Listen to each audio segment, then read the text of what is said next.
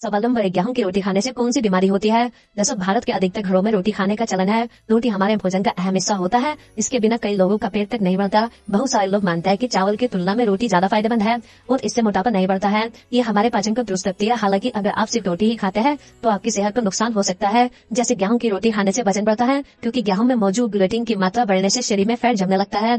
इसके अलावा ज्यादा रोटी आपके शरीर में कार्बोहाइड्रेट बढ़ा सकता है, जिससे मोटापा बढ़ सकता है। कार्बोहाइड्रेट के कारण गेहूं की रोटी खाने से शरीर का ब्लड शुगर लेवल बढ़ सकता है। अगर आप ज्यादा गेहूं की रोटी खाता है तो आपका ब्लड शुगर लेवल अचानक से बढ़ सकता है।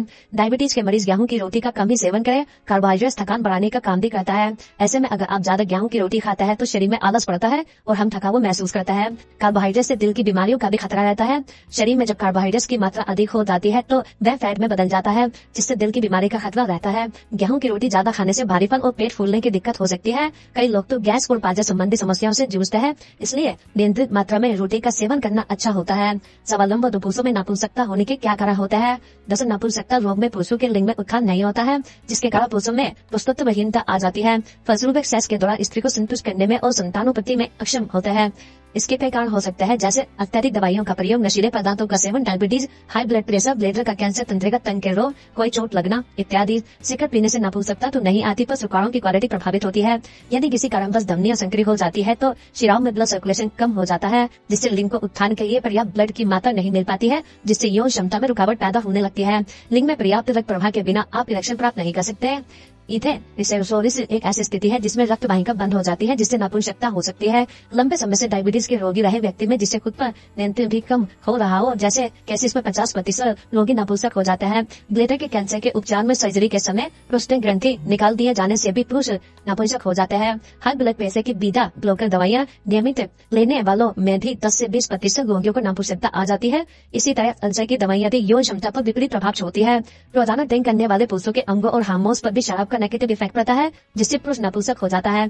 ड्रग एडिक्ट लोग भी नपुंसक हो जाता है। वो नपुंसकता उसे कहता है जो जन्मजात होती है और इसका कोई निदान भी नहीं होता है, लेकिन अचानक कई नपुंसकता शारीरिक कम और मानसिक ज्यादा होती है और यह इलाज करवाने से ठीक हो जाता है। सवाल नंबर 3, पुरुषों में नपुंसकता दूर करने के लिए क्या खाएं? दरअसल खजूर का सेवन करना सेहत के लिए काफी लाभदायक होता है। इसके नियमित सेवन करने से न सिर्फ मर्दाना कमजोरी दूर होती है बल्कि शारीरिक कमजोरी भी दूर होती है, क्योंकि खजूर में प्रचुर मात्रा में पोषक तत्व मौजूद होता है जो शरीर को शक्तिशाली और ताकतवर बनाने में मदद करता है। इतना ही नहीं, शरीर में खून की कमी होने पर भी खजूर का सेवन करना लाभदायक होता है। इसलिए मर्दाना कमजोरी से परेशान है तो प्रतिदिन 4 से 5 खजूर दूध के साथ सेवन करना शुरू कर दे। ऐसा करने से मर्दाना कमजोरी दूर होकर आपका शरीर हष्टपुष्ट और मजबूत बनेगा। इसके अलावा पुरुषों को अपनी डाइट में केला जरूर शामिल करना चाहिए। वहीं अगर आप अपनी शारीरिक ताकत को बढ़ाना चाहता है तो अपनी डाइट में केला जरूर शामिल करें। केला एक सुपर फूड है, इसमें ऊर्जा और कार्बोहाइड्रेट होता है। इतना ही नहीं, इसे खाने से ताकत भी मिलती है। इसके लिए आप रोजाना दूध के साथ 2 केले का सेवन कर सकते हैं। अश्वगंधा का इस्तेमाल आयुर्वेद में महिला व पुरुषों के गुप्त रोगों को दूर करने के लिए सदियों से किया जाता रहा है। इसके नियमित सेवन करने से महिला और पुरुषों के कई गुप्त रोग दूर हो जाते हैं। यदि आप मर्दाना कमजोरी या अन्य गुप्त रोगों से जूझ रहे हैं तो अश्वगंधा का सेवन करना आपके लिए काफी लाभदायक साबित होगा। इसके लिए 1 चम्मच अश्वगंधा पाउडर और 1 चम्मच मिश्री का पाउडर को मिलाकर दूध के साथ सुबह शाम सेवन करें। ऐसा करने से शारीरिक कमजोरी दूर होगी और मर्दाना ताकत में इजाफा होगा। साथ ही शीत पतंग, स्पंदोष, नपुंसकता आदि समस्या भी दूर हो जाएंगी। कई लोग फास्ट फूड, कैफीन या अल्कोहल का सेवन अधिक करते हैं, लेकिन अगर आप शरीर में अंदर से मजबूती चाहते हैं तो अपनी डाइट में साबुत अनाज को शामिल करें। साबुत अनाज आपकी सेहत के लिए बहुत फायदेमंद होता है। इससे आपकी कई समस्या दूर होने लगती है। सवाल नंबर 4, खाली पेट नींबू पानी पीने के क्या फायदा होता है? दरअसल सुबह 1 गिलास खाली पेट गुनगुना नींबू पानी पीने की अक्सर सलाह दी जाती है। यह पाचन संबंधी समस्या जैसे कब्ज और ब्लोटिंग आदि से छुटकारा दिलाता है। यह शरीर से टॉक्सिन बाहर निकालता है। यह पाचन तंत्र को स्वस्थ रखता है। खाली पेट नींबू पानी का सेवन करने से मेटाबॉलिज्म तेज होता है। यह पेट की चर्बी को कम करता है। यह वजन कम करने में मदद करता है। दरअसल नींबू पानी में एंटीऑक्सीडेंट गुण होते हैं। इसमें पोटेशियम, फोलेट, फ्लेवोनोइड्स और विटामिन भी भरपूर मात्रा में होता है। यह गुण सूजन से बचाने का काम करता है। आप दिन भर ऊर्जा के स्तर को बनाए रखने के लिए नींबू पानी का सेवन कर सकते हैं। आप अनहेल्दी ड्रिंक के बजाय नींबू पानी पर स्विच कर सकते हैं। यह स्वादिष्ट होने के साथ साथ बहुत जल्दी ही हेल्दी होता है। अन्य शुगर से भरपूर ड्रिंक का सेवन करने से स्वास्थ्य संबंधी कई समस्याओं का सामना करना पड़ सकता है। इसके अलावा नींबू के रस में मौजूद सिट्रिक एसिड कैल्शियम ऑक्सलेट के निर्माण के कारण किडनी स्टोन को रोकने में मदद कर सकता है। साथ ही किडनी में मौजूद पथरी को शरीर से बाहर निकालने में मदद कर सकता है। अगर आपको किडनी स्टोन है तो खूब नींबू पानी का सेवन करें, इससे आपको फायदा मिलेगा। सवाल नंबर 5, भोजन के साथ प्याज खाने के क्या फायदे होते हैं? दरअसल प्याज का सेवन डायबिटीज के रोगियों के लिए काफी फायदेमंद माना जाता है। रोजाना अगर आप प्याज खाता है तो आपको डायबिटीज टाइप 2 मरीजों को फास्टिंग शुगर लेवल कम करने में मदद मिल सकती है। शरीर पर होने वाली सूजन को कम करने में प्याज काफी मददगार है। असल में प्याज में कई एंटीऑक्सीडेंट पाया जाता है जो शरीर में होने वाली सूजन को कम करने में मदद करता है। अगर आपके शरीर में आयरन की कमी है तो आप अपनी डाइट में प्याज को शामिल कर सकते हैं।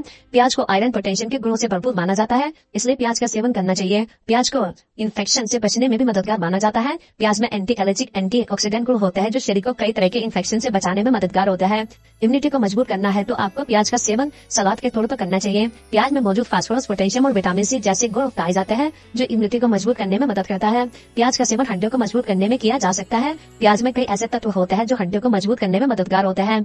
सवाल नंबर 6, बवासीर की बीमारी होने का प्रमुख कारण क्या होता है? वैसे कम फाइबर वाले आहार का सेवन करने से आपका मल सख्त हो सकता है, जिससे मल त्याग के दौरान अधिक तनाव हो सकता है। इससे बलाशय और गुदा में नसों पर दबाव बढ़ जाता है। इसके अलावा पुरुषों में बवासीर के सबसे सामान्य कारणों में से एक मल त्याग के दौरान बहुत अधिक जोर लगाना होता है। इसकी संभावना तब ज्यादा होती है जब कब्ज या दस्त हो। इसके साथ ही जो पुरुष लंबे समय तक बैठे रहते हैं, जैसे ट्रक ड्राइवर या ऑफिस वर्कर, उनमें बवासीर होने की संभावना अधिक होती है।